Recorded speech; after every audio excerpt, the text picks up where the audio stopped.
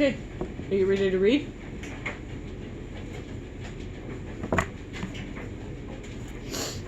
I don't think she wants to sit with me while I read, so I will just read out loud.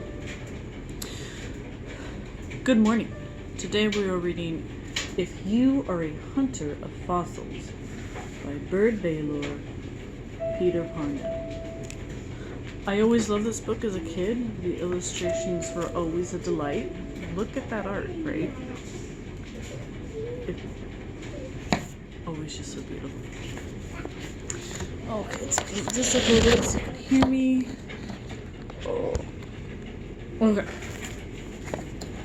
This was featured on the Reading Rainbow. I'm gonna do the Reading Rainbow. The old school Reading Rainbow, right? Oh.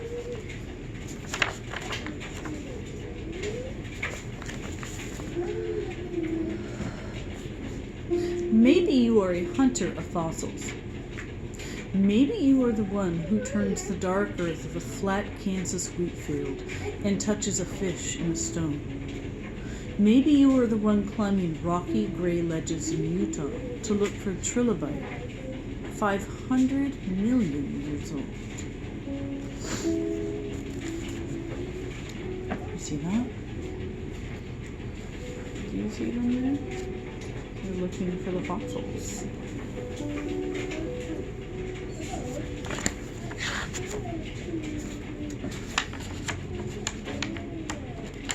This book is old and some of the corners are folded in on each other. Maybe you are the one in Wyoming with your feet in a dinosaur track. Or the one who finds a seed fern in Pennsylvania shale so perfect that every vein still shows. You see them there? I can't quite remember their name. I think they're called Compsognathus. It's been a while. But look, do you see? Do you see the plesiosaur? Yeah. There it is. See the head? There's the person right there. Look how graceful that is. Those flippers and the tail. How fun. Maybe you are the one in the hills of Nebraska with a rhinoceros bone in your hand. Or the one who gathers sponges in the rocks of an Iowa farm. Have you ever seen the bones of a prehistoric rhinoceros? It's pretty wild. Prehistoric megafauna had some pretty neat shapes. Here's the sponges that they're talking about. You see those?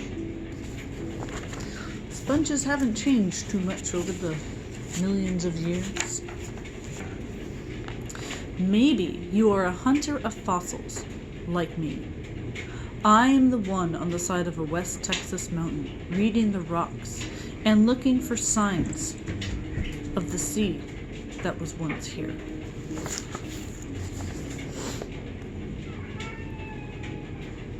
This is when you learn about the fact that parts of the United States, or North America in general, was covered by an inland sea. Super neat stuff. Today you'll find me resting on a chalky limestone boulder by a prickly pear. There are seashells in this rock, jumbled, jammed together, large and small. I always stop and touch the ones that curl like little ram's horns. Exogyra is their name. Oh, there they are.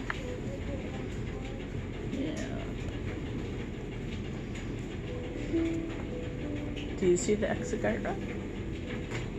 Can you see them all curly right there?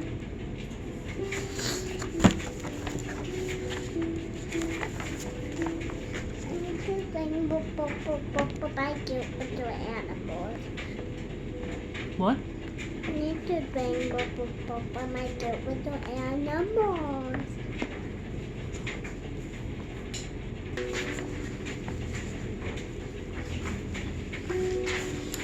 Okay. And then I sit here in the sun, resting from the long, steep climb. I see the ranch land down below, the clumps of cactus and the tall, pale yuccas, and the dry grass bending in the wind. I see the salt flats and the dust devils blowing, and the dirt road going to a windmill, and one blue pickup truck moving slowly down that road. But that all seems far away and not quite real.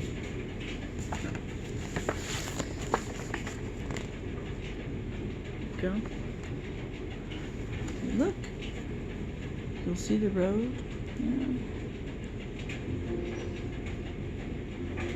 Do you see it there?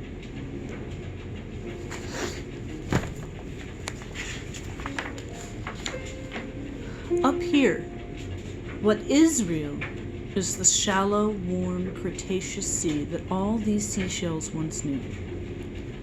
On this mountain, every rock still holds the memory of that time. When you were here, you hold it too. The ocean's salt is in your blood, its lime is in your bones. Its waves rise, slow and green, around you until you feel the pull of the tides. It never seems to be now. This is one of my favorite illustrations out of the whole book. That's my favorite too. Right? See what I love it. It looks like the ocean again. Here, time flows back and forth so easily that any day can be wrapped up inside some other day that came and went 100 million years ago. Here, when I find a brachiopod or a mollusk or a round sea urchin, I don't just see it as it is on a mountain locked in the rock. I see it in that ancient lapping water. I see the tiny clams plowing through mud. I see sea lilies sway. I see all the creatures with shells and plates and spines.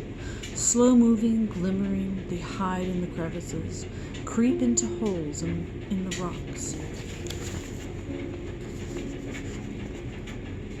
Do you see the clams? Yeah.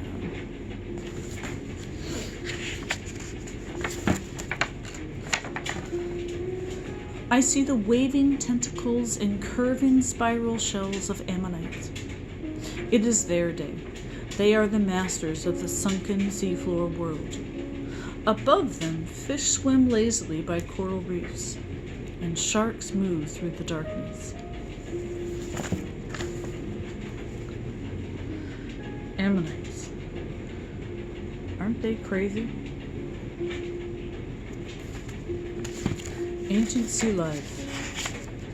Ooh. If you ever get a chance, look up prehistoric sharks. That is some crazy stuff.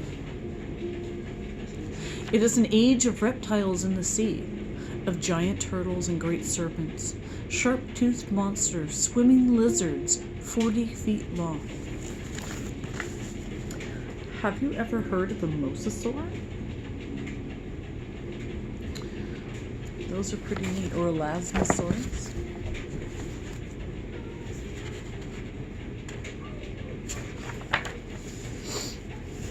And in the air above the waves, a reptile named Pteranodon flaps its long, bat-like wings and dives for food.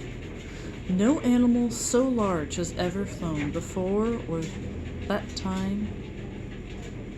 No animal so large has ever flown before that time or since.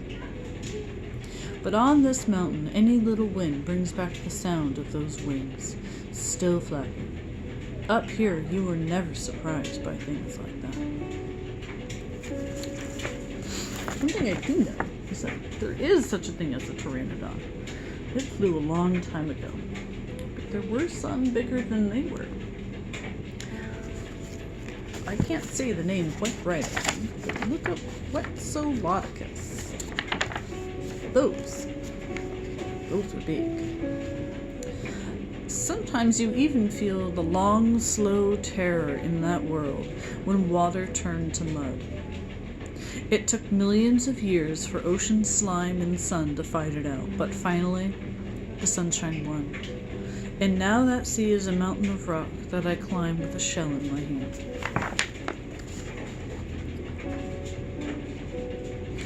What a neat depiction of what they're saying.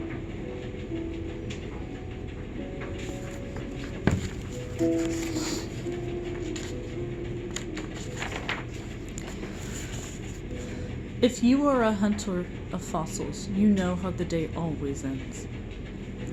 You know how it is to go home feeling glad that you walk in the sun, breathing the air. You always walk home kind of proud. You always hold on to that long chain of life as you go.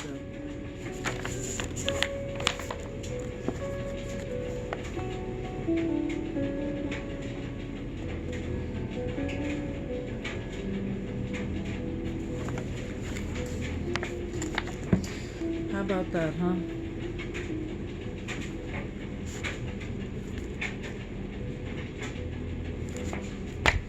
Well, I enjoyed reading to you. Today's music, I don't know if you can hear it. I'm in the living room today. It's our old friend Harold Budd with La Bella Vista, that album that I enjoy so much. It's so mellow.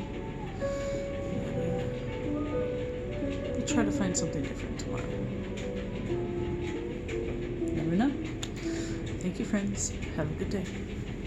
Bye.